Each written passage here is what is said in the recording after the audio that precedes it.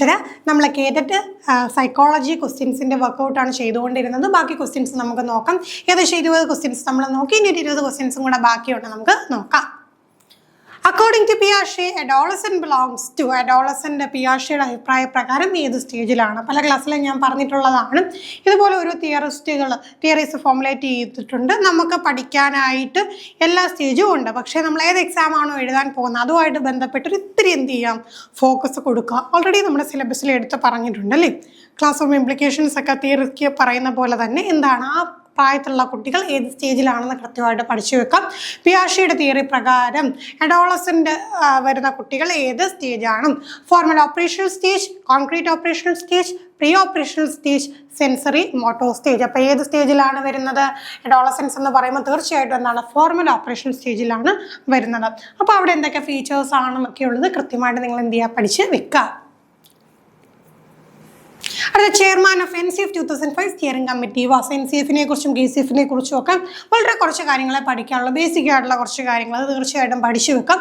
NCF 2005 ആണെന്നും KCF 2007 ആണെന്ന് നമുക്കറിയാം. NCF 2005 ബന്ധപ്പെട്ട് NCERTയും KCFുമായിട്ട് ബന്ധപ്പെട്ട് SCERT ഉണ്ടെന്നൊക്കെയുള്ള കാര്യങ്ങളൊക്കെ നമ്മൾ പഠിച്ചു വെച്ചു. അതോടൊപ്പം എന്താണ്, കമ്മിറ്റി, സ്റ്റിയറിംഗ് കമ്മിറ്റിയുടെ ചെയർമാൻ ആരെന്ന് പഠിച്ചു വെക്കുക. Professor Yashpal, Rohit Dhamghar, doctor Kasturi Rangan Kothari. അപ്പോൾ ആരാണ്? പ്രൊഫസർ യശ്പാലാണ് ചെയർമാൻ ഓഫ് NCF 2005 എന്ന് പറയുന്നത്. അടുത്ത ചോദ്യം, which is not a characteristics of good teacher? Good ടീച്ചറിൻ്റെ ക്യാരക്ടറിക്സ് അല്ലാത്തത് ഈ കൂട്ടത്തിൽ ഏത്? അപ്പോൾ ഇതൊക്കെ കാര്യങ്ങൾ നമ്മളെ പഠിപ്പിച്ചു തരേണ്ട കാര്യമൊന്നുമില്ല. നമ്മൾ ഓൾറെഡി ആർജിച്ചെടുത്ത ഒരു കഴിവുണ്ടല്ലേ, ടീച്ചർ എന്നുള്ള ആ ഒരു പൊസിഷനിലേക്ക് എത്തിച്ചേരാനായിട്ടുള്ള നമ്മുടെ ഒരു കഴിവ്, അതിൻ്റെ ഭാഗമായിട്ടുള്ള കാര്യം തന്നെയാണ് ചോദിച്ചിരിക്കുന്നത് അല്ലേ. Provide self learning condition, systematically plans lessons, promote democratic values, punishes learners for maximum scores. ഇവിടെ എന്താണ്, കൂടുതൽ ചിന്തിക്കേണ്ട ആവശ്യമൊന്നുമില്ലല്ലേ. ടീച്ചർ തീർച്ചയായിട്ടും എന്ത് ചെയ്യണം, സെൽഫ് ലേണിംഗ് കണ്ടീഷൻ, കുട്ടിക്ക് സ്വയം പഠിക്കാനായിട്ടുള്ള സെൽഫ് ലേണിംഗ് കണ്ടീഷൻ തയ്യാറാക്കി കൊടുക്കണം. സിസ്റ്റമാറ്റിക്കലി പ്ലാൻസ് ലെസൺ, എന്ത് ചെയ്യാം, ലെസണൊക്കെ സിസ്റ്റമാറ്റിക് ആയിട്ടുള്ള പ്ലാൻ വേണം. അല്ലാതെ എന്താണ്, വെറുതെ ചെന്ന് പഠിപ്പിക്കാൻ നിൽക്കാൻ പറ്റുമോ? ഇല്ല, കൃത്യമായിട്ടുള്ള പ്ലാനിങ്ങോട് കൂടി വേണം നമ്മുടെ ക്ലാസ് റൂമിൽ എത്താനായിട്ട്. പ്രൊമോട്ട് ഡെമോക്രാറ്റിക് വാല്യൂസ്, നമ്മൾ പറഞ്ഞു ടീച്ചർ ഒരു ഡെമോക്രാറ്റിക് ലീഡർ ആകണം. ഡെമോക്രാറ്റിക് വാല്യൂ, എല്ലാവർക്കും തുല്യതയോടുകൂടി ഇക്വാളിറ്റിയും ഇക്വിറ്റിയും പ്രൊവൈഡ് ചെയ്യാനായിട്ട് ടീച്ചറിന് സാധിക്കണം. അല്ലാതെ ടീച്ചർ ഒരിക്കലും ഒരു അതോറിറ്റേറിയൻ ഫിഗർ അല്ല എന്നുള്ളത് നമുക്കറിയാം. എന്നാൽ punishes learners for maximum scores, അപ്പോൾ എന്ത് വല്ലാത്തൊരു ക്വസ്റ്റ്യൻ അല്ലേ. സ്കോർ വാങ്ങിച്ച കുട്ടിയെ പണിഷ് ചെയ്യുക, കുട്ടിയെ പണിഷ് ചെയ്യുക എന്ന് പറയുന്നത് തന്നെ എന്താണ്, നമ്മുടെ പുതിയ പാഠ്യപദ്ധതിയിലുള്ള കാര്യമല്ല അല്ലേ. അപ്പോൾ അതാണ് അവിടെ ഓപ്ഷനായിട്ട് വരിക. ഇതൊന്നും ചിന്തിക്കേണ്ട കാര്യം പോലും ഇല്ല. ഓപ്ഷൻ കണ്ടാൽ തന്നെ ഒറ്റ സെക്കൻഡിൽ തന്നെ ഉത്തരം കിട്ടുന്ന ചോദ്യങ്ങളാണ്. ഇങ്ങനത്തെ ചോദ്യങ്ങളും നമ്മുടെ പരീക്ഷാ പേപ്പറിൽ ഉറപ്പായിട്ടും ഉണ്ട്. അപ്പോൾ ഇതൊക്കെ എന്ത് ചെയ്യുക, അപ്പോൾ തന്നെ മാർക്ക് ചെയ്ത് വെച്ച് ആ മാർക്കൊക്കെ വേഗം വേഗം വരിക്കൂട്ടുക. അടുത്ത ചോദ്യം, disorder with difficulty in muscle control affecting movement coordination speeches. അപ്പോൾ നമുക്ക് ലേണിംഗ് ഡിസബിലിറ്റീസ് പഠിക്കാനുണ്ട്. ലേണിംഗ് ഡിസബിലിറ്റീസ് പഠിക്കുന്ന സമയത്ത് പലർക്കുള്ള ഡൗട്ടാണ് ഈ പറയുന്ന ലേണിംഗ് ഡിസബിലിറ്റി എന്നൊക്കെ പറയുന്നത് എങ്ങനെ വരുന്ന ഒരു പ്രോബ്ലമാണ്. ഈ ഒരു പ്രോബ്ലം എന്ന് പറയുന്നത് നമുക്ക് മനസ്സിലാക്കേണ്ടത് ഈ ന്യൂറോളജിക്കലായിട്ടുള്ള പ്രോബ്ലമാണ്, അല്ലാതെ ഇമോഷണൽ പ്രോബ്ലം അല്ല. ഇപ്പോൾ എന്താണ്, മസിൽ കൺട്രോളിനെ അഫക്റ്റ് ചെയ്യുന്നു, മൂവ്മെൻറ്റിനെ അഫക്റ്റ് ചെയ്യുന്നു, കോർഡിനേഷനെ, സ്പീച്ചിനെ അഫക്റ്റ് ചെയ്യുന്നു എന്ന് വരുമ്പോഴത്തേക്ക് അത് ഏത് ലേണിംഗ് ഡിസബിലിറ്റിയാണ്? Dyslexia, dysgraphia, dyspraxia, dyscalculia. അപ്പം നമുക്ക് ഇവിടെ വരുമ്പോഴത്തേക്കും കോർഡിനേഷൻ സ്പീച്ചും കൂടെ വന്നതുകൊണ്ട് സ്പീച്ച് വരുമ്പോഴത്തേക്ക് എന്താണ്, നമുക്ക് എന്തുമായിട്ട് കണക്ട് ചെയ്യാൻ പറ്റും? ഡിസ്ലെക്സിയ ആയിട്ട് കണക്ട് ചെയ്യാനായിട്ട് സാധിക്കും. പിന്നെ പലപ്പോഴും എന്താണ്, നമ്മൾ സാഹചര്യം അനുസരിച്ച് ക്വസ്റ്റ്യൻസ് നോക്കണം. ന്യൂറോ മോട്ടോർ കൺട്രോൾ എന്ന് പറഞ്ഞു കഴിഞ്ഞാൽ അത് ഡിസ്പ്രാക്സിയയിലേക്ക് പോകണം. സ്പീച്ചിൻ്റെ കാര്യങ്ങളൊക്കെ വരുമ്പോഴത്തേക്ക് എന്താണ്, അത് റീഡിങ്ങുമായിട്ട് ബന്ധപ്പെട്ട് കണക്ട് ചെയ്തുകൊണ്ട് നമുക്ക് എങ്ങോട്ട് വരാം, ഡിസ്ലെക്സിയയിലോട്ട് വരാം. ഇനി എഴുത്തിൻ്റെ കാര്യം എടുത്ത് പറഞ്ഞാലോ, അവിടെ നമ്മൾ എങ്ങോട്ട് പോകണം, ഡിസ്ഗ്രാഫിയയിലേക്ക് പോകണം. ഡിസ്കാൽക്കുലിയ ആർക്കും തെറ്റിപ്പോകുന്നില്ല, എന്താണ്, കാൽക്കുലേഷനിലുള്ള ബുദ്ധിമുട്ടാണ്. അത് ആ പേര് തന്നെ ഉണ്ടായിട്ടത് തെറ്റില്ല. അടുത്ത ചോദ്യം, analytical creative contextual intelligence is explained by. ആരാണ് ഈ ഒരു ഐഡിയ? ഇൻ്റലിജൻസുമായിട്ട് ബന്ധപ്പെട്ടിട്ടുള്ള മറ്റൊരു കൺസെപ്റ്റാണ് analytical intelligence, creative intelligence and contextual intelligence. ആരാണ് ഈ ഒരു ഐഡിയ എക്സ്പ്ലെയിൻ ചെയ്തത്? Cattell and Horn, Sternberg triarchic theory, Gardner's multiple intelligence, Vernon's hierarchical theory. അപ്പോൾ ഇതെന്താണ്, 3 കാര്യങ്ങളുണ്ടെന്ന് നമുക്കറിയാം. പെട്ടെന്ന് ഉത്തരം കണ്ടുപിടിക്കുക. എന്താണ്? സ്റ്റേൺബർഗിൻ്റെ ട്രയാക്കിക് തിയറിയാണ്. പിന്നെ നമുക്ക് ഏറ്റവും കൂടുതൽ ചോദ്യപേപ്പറിൽ കാണുന്ന മറ്റൊന്നാണ് ഗാർഡനുണ്ട്, ഹൊവാർഡ് ഗാർഡൻ്റെ മൾട്ടിപ്പിൾ ഇൻ്റലിജൻസ് എന്ന് പറയുന്നത്. അപ്പോൾ അതൊക്കെ നമുക്ക് അപ്പോൾ തന്നെ എന്ത് ചെയ്യാം, എലിമിനേറ്റ് ചെയ്ത് കളയാവുന്ന ഓപ്ഷൻ ആയിരുന്നു.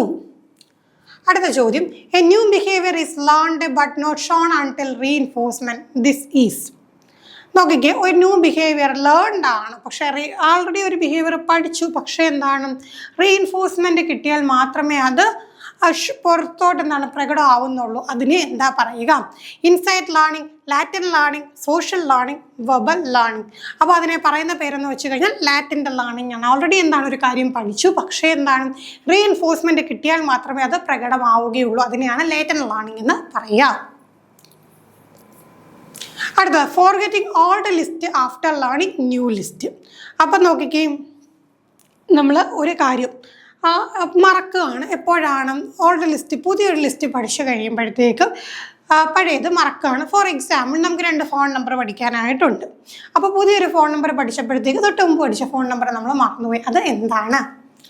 റിട്രോആക്റ്റീവ് inhibition, proactive inhibition, inhibition due to repression, inhibition due to time lapse. അപ്പം നമുക്ക് ഓൾഡ് ലിസ്റ്റ് മറക്കുകയാണെങ്കിൽ അതിന് എന്താ പറയുക? റിട്രോ ആക്റ്റീവ് ഇൻഹിബിഷൻ എന്നാണ് പറയുന്നത്.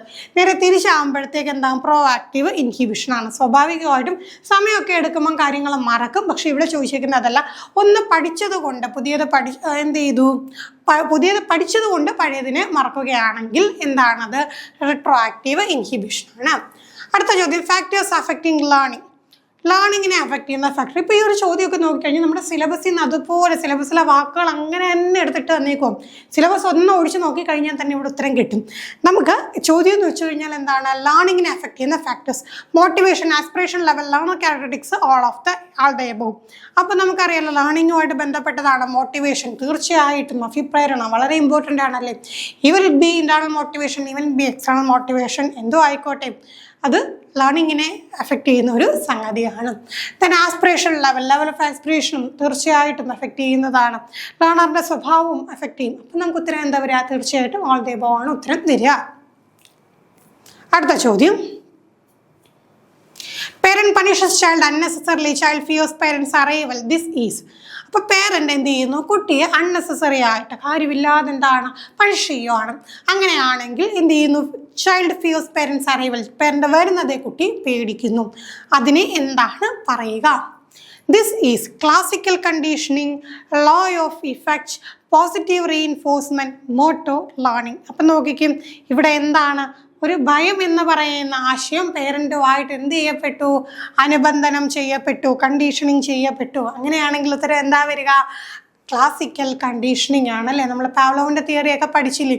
ആ ഒരു നായയും ഉമിനീരും ആ ഒരു ഫുഡും കൊണ്ടുവരുമ്പോൾ എന്ത് ചെയ്യുന്നു? അതിൻ്റെ കൂടെ മണിയോച്ച കേൾപ്പിക്കുന്നു. മണിയോച്ച എന്ത് ചെയ്യുന്നു? ആ ഒരു പെട്ടെന്ന് സലൈവേഷനുമായിട്ട് കണക്റ്റ് ആകുന്നു എന്നൊക്കെ കാര്യം നമ്മൾ പഠിച്ചു. ഇതുപോലെ തന്നെയാണ് പേരൻ്റ് എന്ത് ചെയ്യുന്നു? കുട്ടിയെ വെറുതെ പണിഷ് ചെയ്യുക. അങ്ങനെയെങ്കിൽ പേരൻ്റ് അറൈവൽ തന്നെ കുട്ടി എന്ത് ചെയ്യുന്നു? ഭയക്കുന്നെങ്കിൽ അവിടെ എന്താ വരിക? അത് ക്ലാസിക്കൽ കണ്ടീഷനിങ് ആണ്. അടുത്ത, ability to test produce consistent stable scores.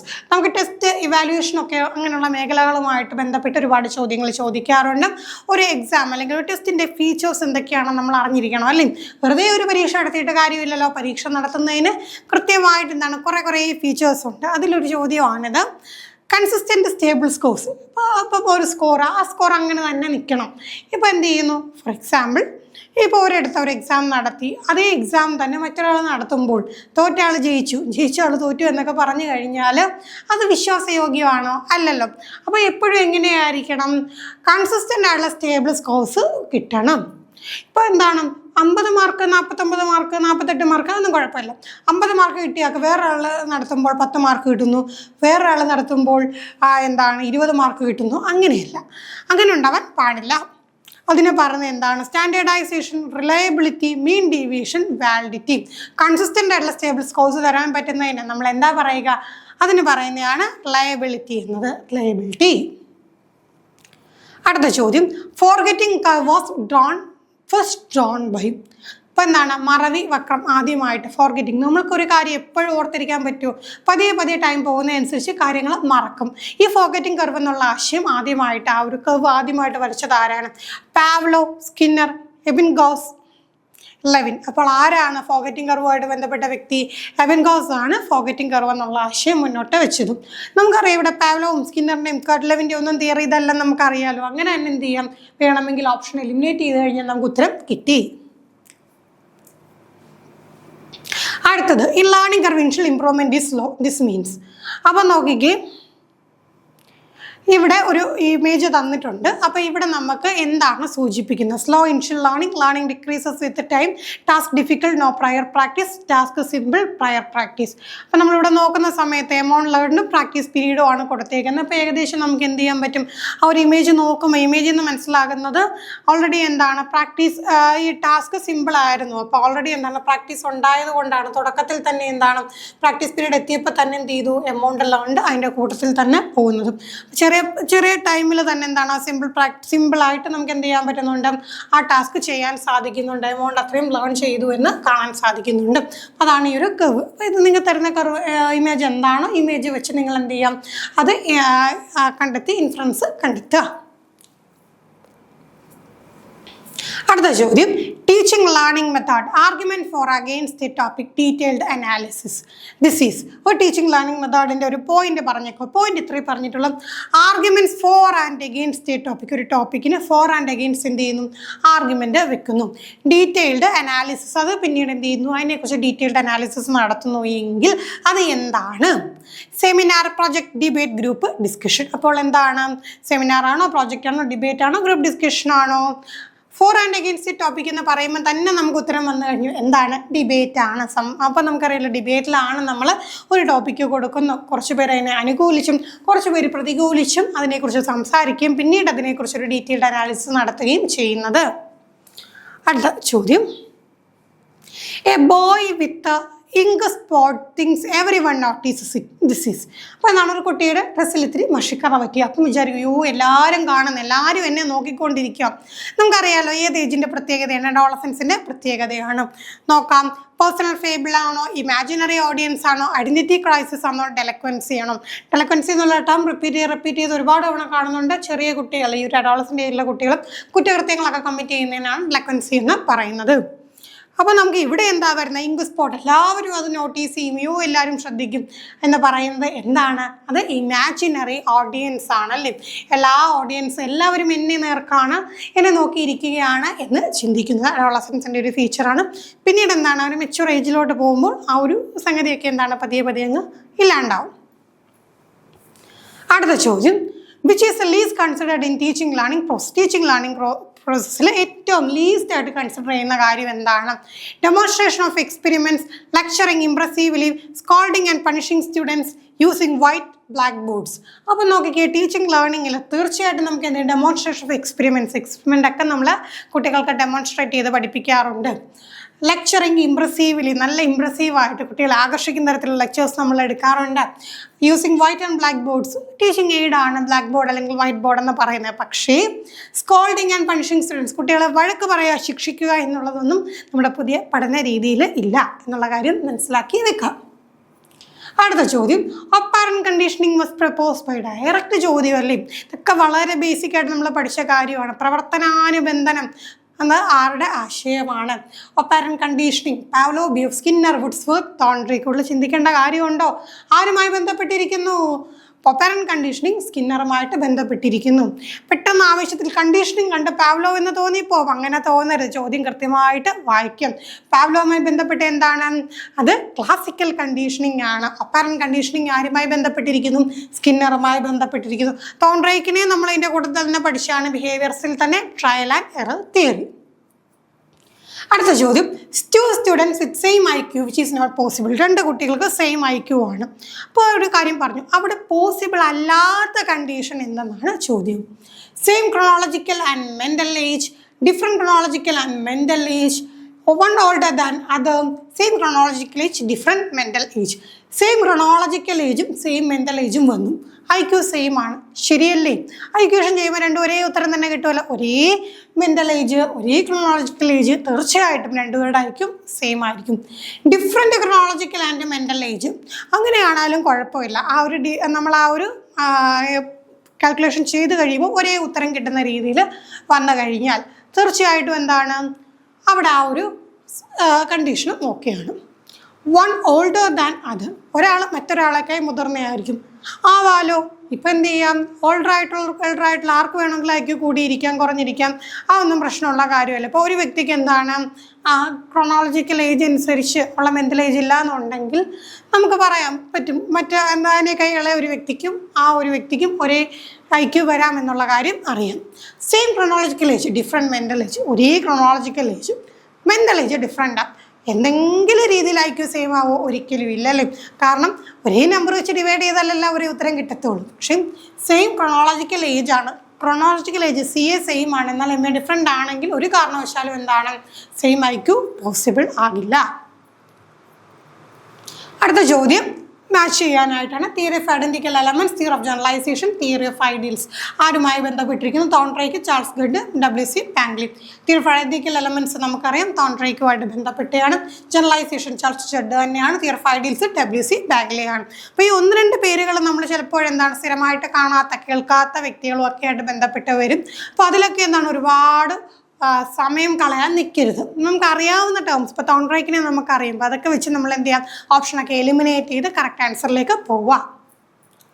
അടുത്ത ചോദ്യം, which is not an advantage of computer assisted instruction? കമ്പ്യൂട്ടറിൻ്റെ സഹായത്തോടു കൂടിയുള്ള ഇൻസ്ട്രക്ഷൻ്റെ അഡ്വാൻറ്റേജ് അല്ലാത്തത് ഈ കൂട്ടത്തിൽ എന്താണ്? Easy handling of multimedia content, easy practice of MCQs, immediate feedback, counselling for students with mental problems. നോക്കിക്കേ, മൾട്ടിമീഡിയ കണ്ടന്റ് ഈസി ആയിട്ട് ഹാൻഡിൽ ചെയ്യാൻ സാധിക്കും. തീർച്ചയായിട്ടും കമ്പ്യൂട്ടർ അസിസ്റ്റഡ് ലേണിങ്ങിൻ്റെ സഹായത്തോടു കൂടി അല്ലെങ്കിൽ കമ്പ്യൂട്ടർ അസിസ്റ്റഡ് ഇൻസ്ട്രക്ഷൻ്റെ സഹായത്തോടു കൂടി സാധിക്കുന്നതാണ്. ഈസി പ്രാക്ടീസ് ഓഫ് MCQ പ്രാക്ടീസും ഈസി ആക്കുന്നുണ്ട്. ഇമ്മീഡിയറ്റ് ഫീഡ്ബാക്ക്, അപ്പോൾ തന്നെ എന്താണ് ഫീഡ്ബാക്ക് കിട്ടുന്നുണ്ട്. എന്നാൽ counselling for students with mental problems ഉള്ള കുട്ടികൾക്കുള്ള കൗൺസിലിംഗ് ആയിട്ട് എന്തിന് ആക്ട് ചെയ്യാൻ പറ്റുന്നില്ല? കമ്പ്യൂട്ടർ അസിസ്റ്റഡ് ഇൻസ്ട്രക്ഷന് സാധിക്കില്ല. നമ്മുടെ ലാസ്റ്റ് ചോദ്യമാണ് assumptions in life span perspective on development. അപ്പം ഈ ലൈഫ് സ്പാൻ പെർസ്പെക്റ്റീവ് എന്നൊക്കെ കണ്ടുകൊണ്ട് കൂടുതൽ അങ്ങ് ചിന്തിച്ച് പോവുകയൊന്നും വേണം. ഡെവലപ്മെൻറ്റ് നമുക്കറിയാലോ, ഡെവലപ്മെൻറ്റ് തിയറീസ് ഒക്കെ നമ്മൾ പഠിച്ചിട്ടുള്ളത്, അത് മാത്രം അറിയാമെങ്കിൽ തന്നെ ഉത്തരം കിട്ടും. Development is life long, development is unidirectional, biological, cognitive and social emotional process are involved in development, skills and abilities can be improved through the life span. അപ്പം നോക്കിക്കേ, ഇവിടെ എന്തൊക്കെയായിരിക്കും ശരിയായിട്ട് വരിക? ഡെവലപ്മെൻറ്റ് ഈസ് ലൈഫ് ലോങ്, ജീവിതകാലം മുഴുവൻ നിലനിൽക്കുന്ന ഒന്നാണ് ഡെവലപ്മെൻറ്റ്. നമുക്കറിയാലേ, ഗ്രോത്ത് എന്ന് പറയുന്ന ഒരു പർട്ടിക്കുലർ ടൈം ആകുമ്പോൾ നിൽക്കുമെങ്കിൽ ഡെവലപ്മെൻറ്റ് അങ്ങനെയാണ്, ജീവിതകാലം മുഴുവൻ തുടരും.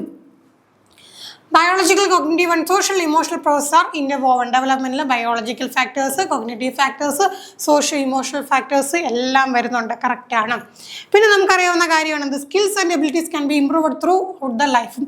നമ്മുടെ സ്കില്ലുകളും എബിലിറ്റീസും അത് നമ്മുടെ ഡെവലപ്മെൻറ്റിൻ്റെ ഭാഗം തന്നെയാണ്. ഇതൊക്കെ നമുക്ക് എന്താണ് ജീവിതകാലം മുഴുവൻ എന്ത് ചെയ്യാൻ പറ്റും? ത്രൂ ഔട്ട് ദ ലൈഫ് സ്പാനിൽ നമുക്ക് എന്ത് ചെയ്യാൻ പറ്റും? ഇമ്പ്രൂവ് ചെയ്യാനായിട്ട് സാധിക്കും. എന്നാൽ ഡെവലപ്മെൻറ്റ് ഈസ് യൂണി ഡയറക്ഷണൽ, എല്ലാ എന്താണ് ഡെവലപ്മെൻറ്റും ഒരേ ദിശയിലാണ് എന്ന് പറഞ്ഞു കഴിഞ്ഞാൽ തീർച്ചയായിട്ടും തെറ്റാണല്ലേ. ഡെവലപ്മെൻറ്റ് പിന്നെ എങ്ങനെയാണ്? മൾട്ടി ഡയറക്ഷനിലാണെന്ന് നമുക്കറിയാം. ഒരിക്കലും യൂണി ഡയറക്ഷനിലല്ല, ഒരു ഡയറക്ഷനിലൂടെ മാത്രമല്ല ഡെവലപ്മെൻറ്റ് നടക്കാം. അപ്പോൾ 1, 3 and 4, 1ഉം 3ഉം 4 നമുക്ക് കറക്റ്റാണെന്നറിയാം. ഓപ്ഷനിൽ അങ്ങനെ ഒരു ഓപ്ഷൻ ഉണ്ടോ നോക്കാം. തീർച്ചയായിട്ടും ഓപ്ഷൻ ഉണ്ട്. 1, 3 and 4 ആണ് കറക്റ്റ് ആൻസർ വരും. അപ്പോൾ ഇത്രയും ക്വസ്റ്റ്യൻസ് എന്ന് പറയുമ്പോഴത്തേക്ക് റീസെൻ്റ് ആയിട്ട് ചോദിച്ചിട്ടുള്ളതാണ്. മാക്സിമം ക്വസ്റ്റ്യൻസ് വർക്കൗട്ട് ചെയ്ത് വേണം സൈക്കോളജി എന്നുള്ള ഏരിയ നിങ്ങൾ സ്ട്രോങ് ആക്കി എടുക്കാനായിട്ടും. അപ്പോൾ മാക്സിമം ക്വസ്റ്റ്യൻസ് വർക്കൗട്ട് ചെയ്യുക. എവിടെയെങ്കിലുമൊക്കെ ഡൗട്ട് ഉണ്ടെങ്കിൽ എന്ത് ചെയ്യുക, അതൊക്കെ ക്ലിയർ ചെയ്ത് മാത്രം മുന്നോട്ട് പോവുക. മറ്റൊരു സെക്ഷനുമായി നമുക്ക് വീണ്ടും കാണാം. താങ്ക്